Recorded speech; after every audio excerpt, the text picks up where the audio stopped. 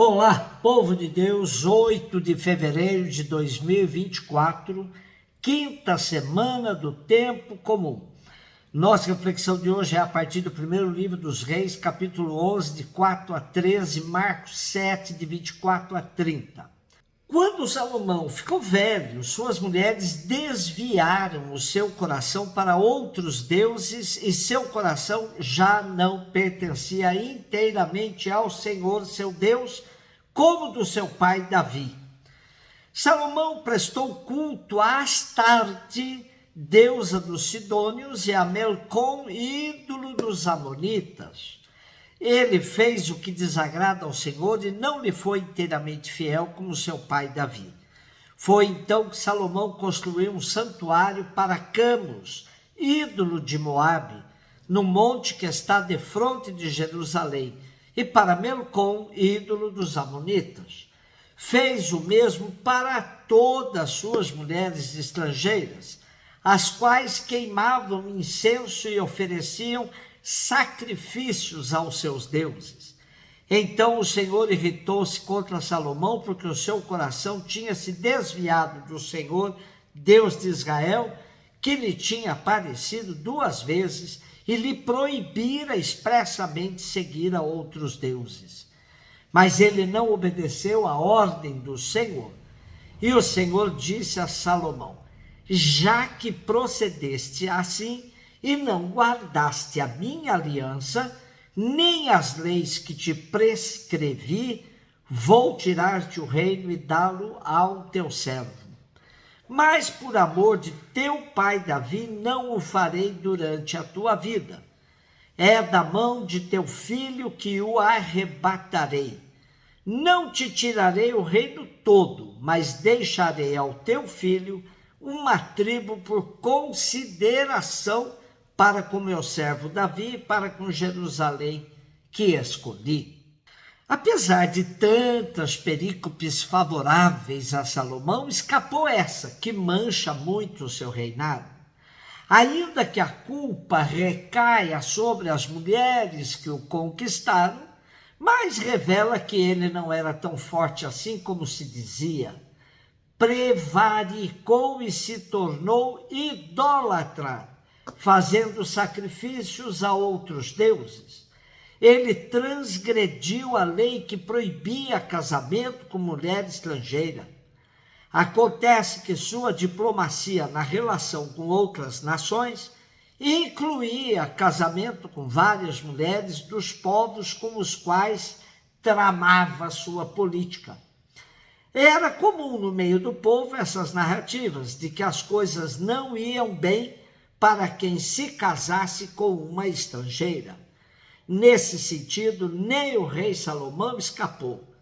É claro que, rompendo a aliança com Deus de Israel por meio de sua infidelidade e idolatria, Salomão será sujeito de castigos.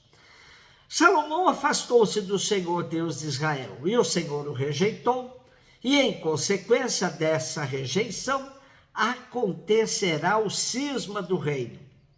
Estes textos escritos na época do exílio e do pós-exílio, tempos de grande sofrimento, fizeram Israel repensar a sua história em perspectiva teológica. Por que o exílio, a dispersão e tanto sofrimento e humilhação? Que fundamento tinha o anseio da restauração da unidade e da paz do reino de Davi, tão sentido por todos? Os autores sagrados tinham uma resposta. Apesar da infidelidade, Deus permanece fiel à sua aliança e à sua promessa de paz. Por isso, Salomão não viu a derrocada de seu reino, promovida por seus filhos, depois de sua morte. Marcos 7, 24, 30.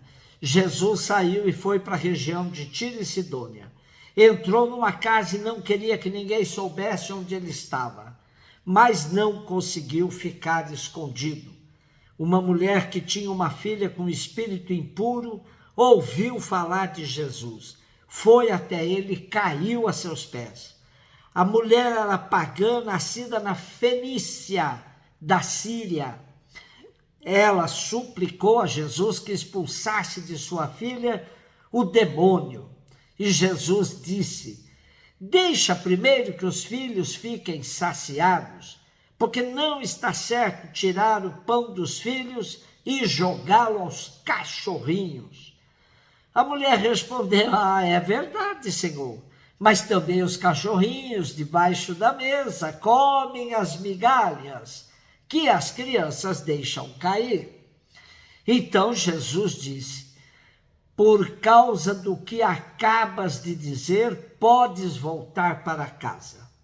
O demônio já saiu de tua filha. Ela voltou para casa, encontrou sua filha deitada na cama, pois o demônio já havia saído dela. Depois do enfrentamento às tradições, Jesus se dirige para um território pagão de Tiro e Sidônia, na Galiléia, divisa com a Fenícia. Afastou-se da multidão, mas não conseguiu ficar escondido. Refaz o caminho do profeta Elias e vai ser interpelado por uma mulher sírio-fenícia, portanto pagã. A comparação entre cachorrinhos refere-se ao povo judeu, filhos e cachorrinhos. Filhos é o povo judeu, pagão são os cachorrinhos, assim tratados pelos judeus. É claro que o texto ressalta que a mensagem da Boa Nova não se restringe a um só povo, isto é, não reconhece fronteiras, porém, não deixa de soar estranho para nós, pois a mulher entendeu que Jesus a comparava com os cachorrinhos, sendo uma mulher pagã. Elias fez todos os benefícios à viúva de Sarepta, inclusive matando sua fome, enquanto Israel vivia na penúria com uma tremenda seca. Agora é Jesus que vai também atender ao pedido da Sírio-Fenícia, enquanto seu povo o rejeita, em nome de uma tradição mal interpretada e vivida. Devemos entender que a preferência de Israel é cronológica e a misericórdia do Messias não está circunscrita a uma raça, a uma etnia. As forças do mal representadas aqui pelo demônio também não respeitam fronteiras, pois tinham possuído a filha da mulher pagã. Jesus tem de enfrentá-las no meio do seu povo e além fronteiras.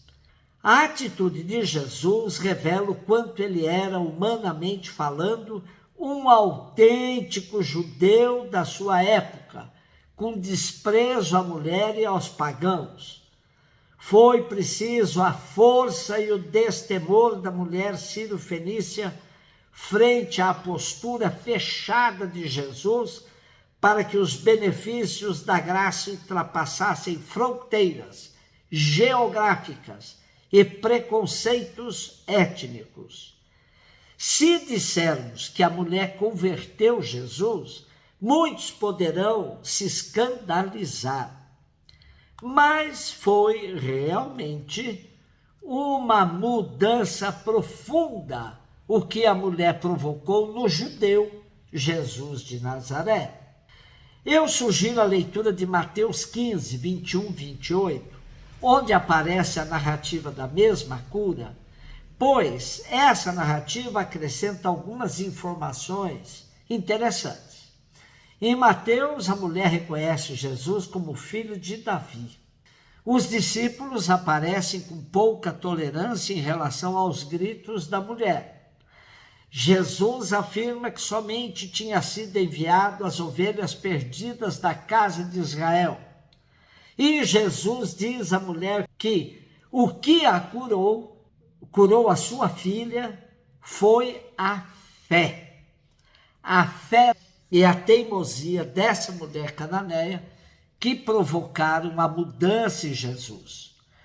A determinação da mulher pagã na luta por seus direitos nos deixa claro que somente com igual postura seremos capazes de superar os inúmeros preconceitos que assolam as instituições estabelecidas, inclusive a católica, que se servem de práticas excludentes. Um beijo no seu coração.